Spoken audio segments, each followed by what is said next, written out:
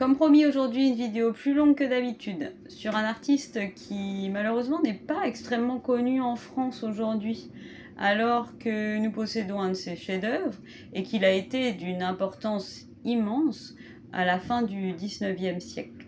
Il s'agit de James McNeill Whistler. C'est un peintre originaire des États-Unis où il est né en 1834.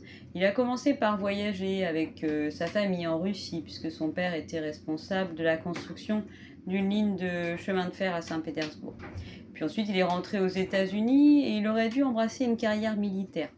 Et ça ne lui convenait pas vraiment. Il avait déjà ce goût pour les vêtements, ce look un peu dandy qu'on voit ici sur son portrait. Alors sa mère, qui elle était plutôt austère, protestante, bon, même si elle n'avait pas un goût immodéré pour la passion de son fils, l'a laissé partir pour Paris. Et à partir de là, on va suivre sa carrière, principalement en France et en Angleterre. Au cours de cette vidéo, nous allons parler de différentes œuvres, 4 en tout, qui ont marqué sa vie et qui ont aussi marqué l'histoire de l'art en général. Parce qu'il faut bien imaginer l'importance qu'il avait et toutes les personnes qu'il connaissait. Il était proche des impressionnistes, bien sûr. Il était extrêmement influencé par Courbet au début de sa vie, jusqu'à un point de rupture, donc je vais vous parler plus tard. Et puis, il était controversé. Et ça aussi, je vais vous en parler. Alors, on va commencer par son premier tableau de grande importance dans l'ordre chronologique qu'il a peint en 1862 et qui s'intitule La fille en blanc. Ce tableau, peint au début des années 1860, a d'abord été refusé à la Royal Academy à Londres. Alors, il l'a exposé à Paris, mais non pas au Salon de Paris, mais au Salon des Refusés, un salon organisé par Napoléon III pour exposer ceux qui n'étaient pas assez conformistes pour exposer au Salon de Paris. Ici, nous voyons une jeune femme debout qui nous regarde pas vraiment, elle nous regarde plutôt à notre gauche. Et elle porte les cheveux détachés, elle a une belle bouche charnue, mais sa peau est pâle et elle porte une robe blanche devant un rideau blanc. Le motif de la robe est légèrement rayé, blanc sur blanc. Elle tient dans la main un lys et au sol, elle repose sur une peau de loup avec des dents pointues et une bordure rouge tout autour de la fourrure. Il y a également des fleurs parsemées sur le sol. Cette femme, c'est Johanna Ifferman, une Irlandaise qui servait de modèle et de compagne à Whistler. Lors de ce salon des refusés, 2 tableaux firent scandale. Le déjeuner sur l'herbe de Manet et également celui-ci. Cette symphonie en blanc, comme a dit un critique. À partir de ce moment-là, Whistler s'est dit qu'en effet, il pourrait utiliser ce terme de symphonie pour ses tableaux. Les teintes, les lignes, les formes seraient les notes de sa peinture. C'est justement cette palette extrêmement restreinte qui fait tant parler. Et puis l'absence de compréhension du sujet. En effet, à l'époque, le public a besoin de comprendre ce qu'a voulu dire l'artiste. Et puis cette femme, on ne sait pas qui elle est. Alors, des interprétations sont apparues. Peut-être que tout ce blanc et puis ce lys représenteraient la virginité, mais finalement, les fleurs au sol et le lys qui glisse le long de la robe, tout comme cette peau de loup, n'est-ce pas plutôt un symbole de virginité perdue? Et le nouveau titre ne va pas aider. Quand il s'appelait La fille en blanc, on ne comprenait pas bien qui était cette fille en blanc. Mais maintenant qu'il s'appelle Symphonie en blanc numéro 1, c'est encore plus confus pour le public. Ce tableau se trouve actuellement à la National Gallery à Washington. Peu après ce chef-d'œuvre, notre peintre va partir au Chili. En effet, son frère est venu le voir en Angleterre et il décide de partir là-bas pour aller aider les Chiliens dans une guerre contre les Espagnols. Arrivé là-bas, il va continuer à peindre, mais de retour en Angleterre, un gros problème va arriver. En effet, je vous ai dit que Joe Ifferman était sa compagne, son modèle. Et pendant son absence, elle a continué à être modèle. Et elle a été modèle de Courbet, pour différentes toiles, mais aussi pour l'origine du monde. Et là, ça n'a pas été. Alors, on ne sait pas si c'est par peur du scandale que Whistler a décidé de rompre avec Joe, ou s'il y avait aussi une part de jalousie dans tout ça. Dans tous les cas, ça n'est pas simplement avec Joe qu'il a rompu, c'est également avec Courbet et avec le réalisme. De Courbet, il dit que ce n'est pas l'artiste qu'il méprise, loin de là, ni ses œuvres, mais c'est ce réalisme, ce satané réalisme, qui finalement ferait du peintre un peintre capable de peindre ce qu'il voit. Et pour Whistler, dans ces cas-là, alors la photographie, qui est un art qui se développe, ferait du photographe le plus grand des artistes. Ça n'est pas du tout sa vision de l'art. Alors il va radicalement changer. Même sa technique va être différente. Courbet utilisait une peinture épaisse, en grosses touches. Et lui va avoir une peinture beaucoup plus fluide, allant jusqu'à la coulure, travailler sur des toiles dont on verra la trame. Nous allons voir cela au cours des œuvres suivantes. Et comme finalement il passe du réalisme à ce qui est appelé l'art pour l'art de Théophile Gautier. Dans cet art pour art, l'art n'a plus vocation à être moral, à être didactique. Whistler dira qu'on peut laisser le spectateur voir ce qu'il est capable de voir ce qu'il a envie de voir. Et ça va beaucoup influencer l'art du XXe siècle. Mais peut-être que je parle trop, nous verrons par la suite. Ceci étant, je peux simplement citer Whistler et dire que si les autres se mettent à parler, la conversation devient impossible. Alors, écoutez-moi. Et allons voir Arrangement en gris et noir. Ce tableau, lui, a été accepté à la Royal Academy en 1871. Et ce qu'on voit ici, c'est un portrait de sa mère, Anna McNeill, à l'âge de 67 ans. Contrairement au portrait habituel, elle n'est pas de 3/4, mais totalement de profil. Si on s'intéresse au portrait, on voit qu'il a représenté cette femme avec une certaine austérité, sûrement due à la pose. Et puis, elle paraît regarder devant elle, on ne sait pas vraiment ce qu'elle pense. Représenter ainsi une femme à l'époque était fort original. Et Whistler disait que si ce portrait a de l'importance pour lui, puisqu'il s'agit de sa mère, qu'en est-il pour le public, qui finalement ne connaît pas cette femme? Eh bien, ce n'est pas ça qu'il voulait montrer. Il voulait que le public voit un arrangement de formes, de lignes, de couleurs. Alors regardons. La robe tout d'abord, c'est plutôt une tache noire, on voit peu de contraste. Et puis le monochrome gris dans l'arrière-plan. La plinthe, également les rectangles des tableaux. Tout est forme dans cet arrangement de gris. Et je suis sûre que cet arrangement vous fait penser à des peintres dont nous parlerons plus tard. Bien évidemment, le très célèbre Kazimir Malevich et son carré blanc sur fond blanc. Enfin, observons la technique du peintre, la fluidité de sa peinture. Si on regarde attentivement, on peut voir à travers la robe la plinthe du mur.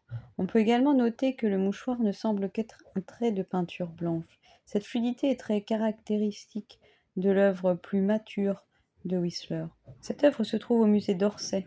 Alors posséder celle qu'on appelle parfois la Joconde victorienne aurait dû rendre Whistler bien plus célèbre aujourd'hui en France. J'espère qu'avec cet arrangement, vous commencez à percevoir l'idée de l'art pour l'art. Mais on va aller encore plus loin là-dedans. Et on va aller voir une œuvre qui lui a valu un procès. Non pas qu'on lui ait intenté un procès, c'est lui qui a intenté un procès à un critique pour diffamation. Et ce tableau extraordinaire, Nocturne en noir et or. En effet, à partir de la fin des années 60, il a commencé à peindre des nocturnes, ces paysages de nuit qu'il était capable de peindre d'abord en faisant quelques croquis sur le motif et de finir en atelier. Ce qu'on a fait, il avait une mémoire assez extraordinaire. Mais observons ce tableau et vous verrez, vous m'en direz des nouvelles. Au moment de sa création en 1875, ce tableau dont le titre complet est Nocturne en noir et or, la fusée qui retombe, était exposé à la Grosvenor Gallery. Et il a créé un immense scandale.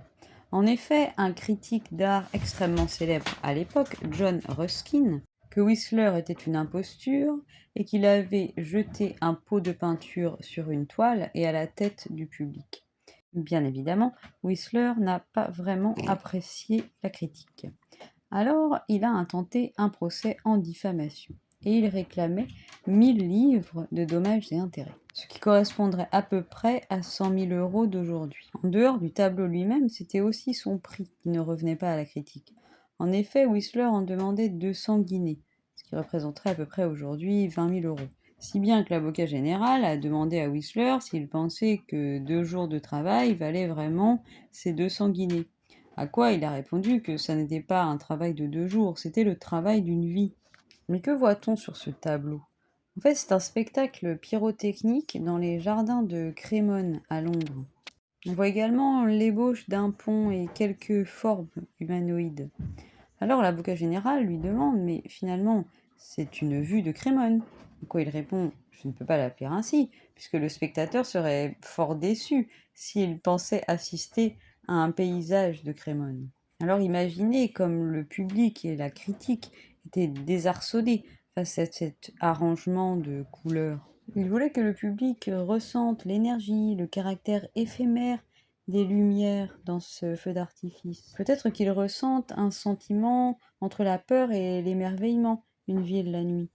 Malheureusement pour Whistler, même s'il a gagné son procès, il n'a finalement gagné que quelques centimes.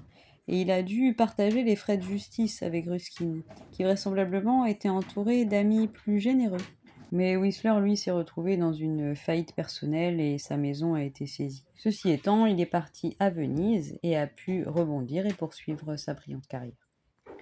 Alors ce tableau, vous avez vu, c'est quelque chose. Cette poésie, juste comme ça, cet arrangement, ces couleurs, ces formes, tellement poétiques. On peut vraiment y voir ce qu'on veut y voir. Alors, j'ai envie de finir les œuvres de Whistler, en tout cas pour cette vidéo, avec une œuvre qui est vraiment, encore une fois, extraordinaire. Et puis un épisode tellement truculent. C'est vraiment l'artiste jusque-boutiste poussé à l'extrême. Alors, je vous laisse avec La Chambre des Pans. La chambre du pan, ça n'est pas une toile, c'est une salle à manger. En effet, le riche armateur et collectionneur d'art, Monsieur Leland, a commandé la décoration de sa salle à manger pour y exposer ses porcelaines bleues et blanches de Nankin qu'il collectionnait, et ce tableau peint par Whistler en 1864, La princesse du pays de la porcelaine. Remarquez le goût de l'époque pour la Chine et le Japon. C'est d'ailleurs pour cette toile que le peintre a changé sa signature. En effet, un premier acheteur avait refusé la toile parce que les grosses lettres de la signature du peintre ne lui plaisaient pas. À partir de là, l'artiste signera d'un monogramme en forme de papillon qu'il place dans un cartouche sur le bord de son tableau, à la mode japonaise.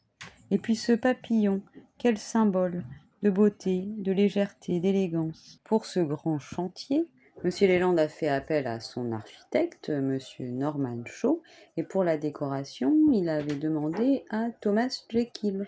Mais la femme de Monsieur Leland, dont Whistler avait déjà fait le portrait, souhaitait plutôt lui laisser le soin de décorer cette pièce. Une des contraintes imposées par Monsieur Leland, c'était les cuirs de Cordoue qu'il souhaitait voir au mur. Whistler pensait que ces cuirs un peu rouges, ça allait jurer avec la princesse. Donc, d'un commun accord, il devait mettre un peu de bleu sur le rouge de ces cuirs. À partir de là, peut-être malheureusement pour Monsieur Leland, mais heureusement pour l'art, le couple Leland a quitté l'Angleterre pendant un temps assez long. Et Whistler s'est laissé emporter. Il a mis du bleu partout, et puis de l'or et des pans, et il frottait sa peinture pour la faire briller. Et en plus de tout ça, après avoir achevé son travail, il a convoqué la presse alors que les propriétaires n'étaient toujours pas revenus de voyage. Et ça n'est pas du tout bien passé. D'autant que Whistler réclamait une très forte somme d'argent pour son travail, son grand œuvre. Et pour corroder le tout, comme Leland était très fâché, il lui a dit qu'il devrait au contraire le remercier et que grâce à lui, il allait être célèbre et qu'on se souviendrait de lui comme le propriétaire de la chambre du pan. Comme un pied de nez, il a en plus peint 2 pans, dont un pourrait représenter l'artiste et l'autre le mécène. En effet, ce pan piétine des pièces d'or. Autant vous dire que Whistler n'est jamais retourné dans la chambre du pan, qui se trouve aujourd'hui dans la Frick Gallery de Washington. Voilà, vous avez vu plusieurs œuvres de cet artiste extraordinaire, cet artiste qui contrôlait tout, qui même dans ses expositions s'attachait à avoir une décoration d'intérieur qui lui convenait, qui faisait aussi ses propres encadrements, qui finalement sera également le premier à considérer la décoration intérieure comme un art. J'espère que cette vidéo vous aura donné envie de continuer à vous intéresser à cet artiste, mais surtout à peut-être faire une transition vers l'art du XXe siècle et à ne pas voir les artistes d'aujourd'hui comme ridicules ou voilà, les rejeter un peu rapidement. Et nous, on va se retrouver demain avec nos vidéos courtes, puisque je vous rappelle qu'on essaye dans notre playlist d'histoire de l'art d'aller de la Renaissance jusqu'à nos jours et de balayer les tableaux d'importance. Bien sûr, c'est difficile et ça n'est pas du tout exhaustif, mais j'espère en tous les cas que ça vous donne le goût de l'art et également peut-être certains artistes qui vous marquent et vous avez envie d'aller plus avant dans l'observation de leurs œuvres. Dans tous les cas, dites-moi si une vidéo longue comme ça de temps en temps, ça vous intéresse. Et si vous avez des artistes ou des mouvements pour lesquels vous aimeriez que je fasse ce type de vidéo. Alors dans tous les cas, je vous souhaite un bon lundi et on se retrouve demain avec une petite vidéo. À demain.